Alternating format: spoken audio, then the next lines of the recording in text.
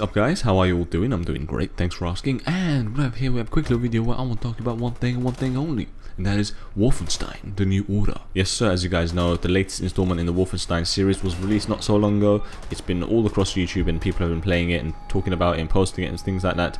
So I thought I would do a full in-depth review about the game. So if you're still undecided as to whether or not you want to buy the game or whether you should get it at all, then you need to watch this video, because I'm going to talk about the good points and the bad points. It's going to be a full review. You may not understand everything I talk about if you haven't played the game, or if you haven't seen gameplay of it at least, because the things I talk about will be very intricate and very detailed, because that's the kind of reviews that I do, and it's probably the most popular series on my channel. So I'm definitely going to be doing that for games like this and Watch Dogs when that comes out over here in the UK. So definitely look forward to that. However, first things first, Wolfenstein The New Order. It is a Nazi-occupied world or territory where World War II was beaten by the Nazis, the Germans, and they kind of took over, and now they control everything, and they have all the resources and the technology and innovation and things like that, and they hold all power. So it's a pretty fucked up situation to be in, to be honest. But the main character returns after being in kind of like a slumber or cast away or put away in an insane asylum for, I don't know, 14 years or something. The previous game was set in 46, I think it was, and this current game is set in like the 60s or whatever, and you just basically have to find a resistance and fight your way through and destroy the Germans. And the general mood and feeling of the game, because it's set in a kind of Nazi-occupied world, it has that very grounded, gritty feel to it, kind of like a Quentin Tarantino movie, where it's very dark, but there are humorous moments that are interjected into the gameplay. That gives a nice change to the general feel or the premise of the game. However, starting off with the good points, the game itself has a lot of great things going for it. For example, the graphics. The graphics have been upped. It's very, very nice because it is a next-gen game, but you can also play on the PC. So the graphics are amazing. It's very aesthetically pleasing,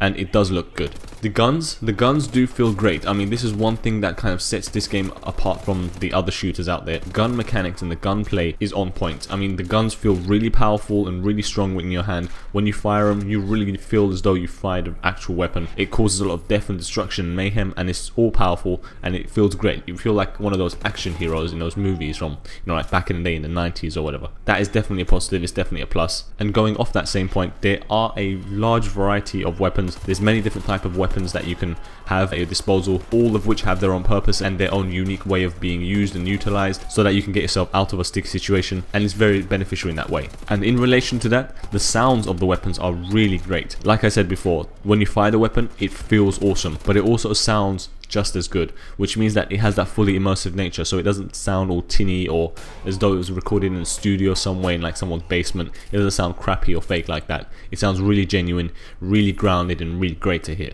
And the final part that is associated with the guns is the gun wheel, or the selection wheel, the menu for the weapons that you choose. It's kind of like a circle. It reminds me very much of games such as Max Payne, GTA 5, Red Dead Redemption. It's kind of like a circular wheel, a weapon wheel, and it's very easy to use, very easy to get used to, and it's very efficient and clean looking, and it definitely gets the job done, and it's perfect. I wouldn't change a single thing about that. The game as a whole, the pace of it is brilliant. I mean, this might be a positive or a negative depending on what kind of a gamer you are and what kind of things you prefer. If you prefer stuff like Quake and games that are fast-paced, action-packed and things like that, then this is definitely the game for you, because it is non-stop high-octane action. You're always running around, you're always sliding, you're always fighting, you're always doing something, and the movement speeds are always fast. There's literally never a dull moment. Even when you're sneaking and you're doing kind of silent missions, the game is always progressing forward, it is always moving, and there's never a dull moment. Next is the melee system. I mean, they've revamped and upped the game when it comes to the melee system. It is absolutely brilliant. It feels very brutal, very kind of hands-on, very real, and kind of gory in fact.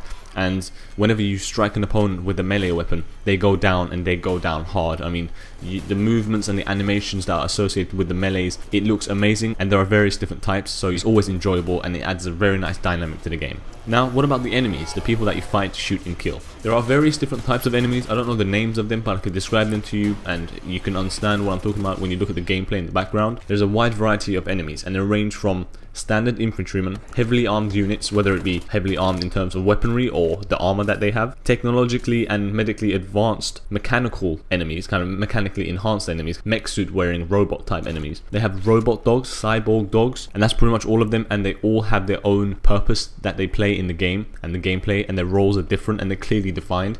So taking down one enemy unit is not the same as taking down another unit. You have to use different tactics and different elements and different things to take down each individual person, and it makes up for great dynamic in terms of gunfights and gunplay. For example, the officers. If you don't take out the officers first, they can call for backup, and a firefight can intensify just like that without you even being aware of it. So you have to definitely keep a lookout and take them out first, which again makes you implement some sort of strategy into a gunfight rather than going in guns blazing like Rambo. The environment. Now the environment and the maps are great. One thing I do have to say about the environment, that it is semi-destructible, so when you do shoot or when you do throw a grenade, it really does leave an impact crater on the ground or on the floor or on the ceiling or the walls, and the cover is somewhat destructible, which again keeps the gameplay moving and doesn't break the momentum or the flow of the game, and you're not ever in a moment where you can just sit behind cover, let the enemy shoot and wait for them to reload, because while they are shooting you, your cover is destroyed bit by bit, so you have to keep moving, you have to be aware of your surroundings at all times, and again it adds a nice dynamic to the gameplay. The map design, on the other hand, now some people say the map design is quite linear and it's quite straightforward. I would say that is somewhat true. However, the map design is great because there are multiple paths that you can take to get to your objective. Although you end up in the same place, there are different ways you can get to it. You can go lower beneath the map or around different routes, or higher, take the higher ground, which adds a nice dynamic. It gives the player the illusion that they have choice, and it means that every time you play the game, you could play it differently and it could feel a little bit different. Although the map does look pretty much the same everywhere you go, it does have that multiple choice of routes that you can take to get to your objective. And that's one of the bad things that I would have to link onto from this, is that the map themselves are very cluttered. I mean, there is just crap everywhere.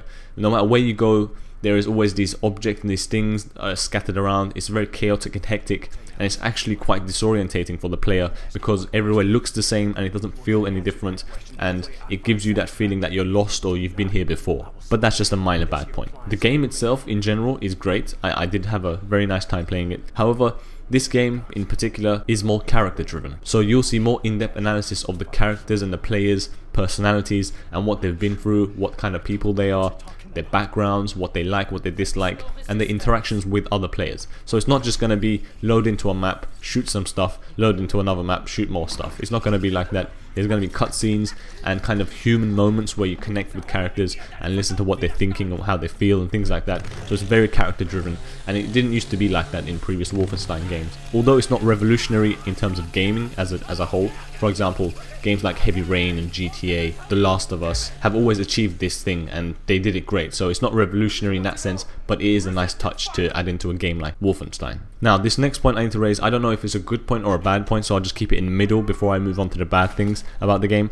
The game is filled with a lot of gore.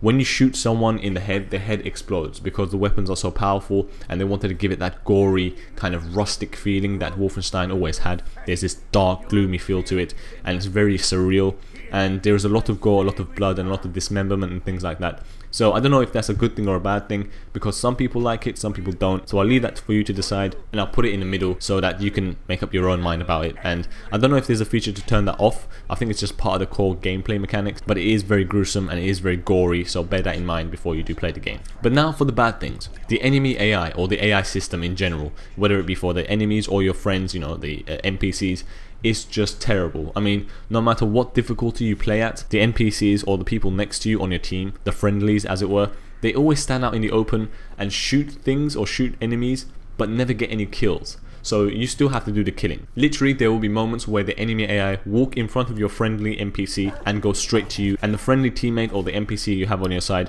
will just completely ignore him and shoot somebody else, which just kind of breaks the immersion and the feel of the game. And similarly, the enemy AI system is hugely inconsistent. There will be moments where you are stealthing through a mission and you don't get spotted, you do nothing wrong, you are still completely 100% stealthy, yet the enemy AI see you and they spot you, and then they give off an alarm and the whole stealth mission is ruined and you have to get into a gunfight even if you weren't looking for one. But in other moments or other times during the gameplay, the enemy AI will walk past a dead friend or dead enemy, look at them and just not acknowledge their existence and carry on with their patrol as normal. So they can see that you've been there, that there is an enemy presence, that someone has killed their teammate, and yet they choose to just ignore it and carry on as normal, as though nothing happened, which again is also somewhat game breaking. The melee system. As I talked about earlier, the melee system is great. It feels epic and awesome and really gritty and gruesome. However, it doesn't play correctly at times. For example, when you melee an enemy in Battlefield 4 from the front, they have a counter knife reaction, and you have a little hand-to-hand combat sequence to determine determine who wins that knife fight. However, in Wolfenstein The New Order, the enemy AI literally puts up no resistance to any type of melee attack. If you were to attack an enemy from the front or the side and they are aware of your presence, they throw one punch or one hit, which is meaningless because your character or your player automatically blocks it and wins the melee fight 10 times out of 10 every single time, and there is no penalty that is incurred. You don't lose any time, you don't take any damage, and you can counter it every single time, which defeats the purpose of having a fist fight or a hand-to-hand combat sequence, because you're going to win every single time, and it kind of removes all anticipation because you know what the outcome is going to be like. Also, some of the stealth sequences feel out of place and unnecessary. You feel as though you could do that same mission or that same area of that mission or that map in a different way, in a more exciting way, and it doesn't feel right at times. Although the gunfights and the gunplay are amazing, sometimes the gameplay can become very arduous because you feel as though the same thing's being repeated over and over again, and everything feels so similar and the same as to what just happened before. You feel as though you're going round in circles and the same thing's happening over and over again, and sometimes you have the feeling that you're not moving forward, even though you are, but that may be because the gun battles that you get into are somewhat similar to the ones you previously had. So from gunfight to gunfight, it doesn't differ very much and it feels a little bit similar. Although, even though it feels similar, it is very enjoyable because the guns feel great and the sounding is awesome and the graphics look amazing. The dual wielding aspect is quite unnecessary in my opinion. It is a little bit redundant because it doesn't do anything. You still have the same amount of firepower you had before, you just have 2 guns instead of 1. You still have to reload, and the reloading takes even longer because you have to reload 2 guns at once, so you have to put one down and then lift the other up and things like that.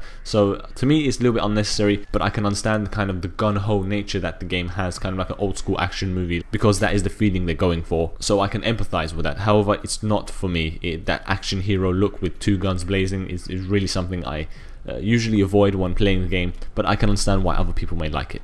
Next, we have the collectibles, the things you can pick up from the floor, such as armor and bullets and things like that. They are so widely available that it defeats the purpose of having them in the first place, because you don't need to look far to find ammo crates or health packs and things like that. Every enemy drops stuff like that. Every locker, every table, every bed, every chair, everything has those things on them, so you can easily find it whenever you need it. And again, it defeats the purpose of having them in the first place, because you know that you can always win a gunfight by going back to that place, collecting all that gear, and then going back into the gunfight and finishing off your enemies. Therefore, the enemy AI doesn't really cause any real type of threat. Going off the same point, the buttons which you mash or use to pick up stuff off the floor always pops up on your screen, and it becomes very repetitive. Your character may not even be looking at the thing they're going to pick up, they just walk over it, and this sign automatically pops up telling you to press this button to pick stuff up. You didn't even know that item was there near your character or in the general vicinity, but the game automatically lets you know, which again breaks the immersion factor and makes finding items a little bit useless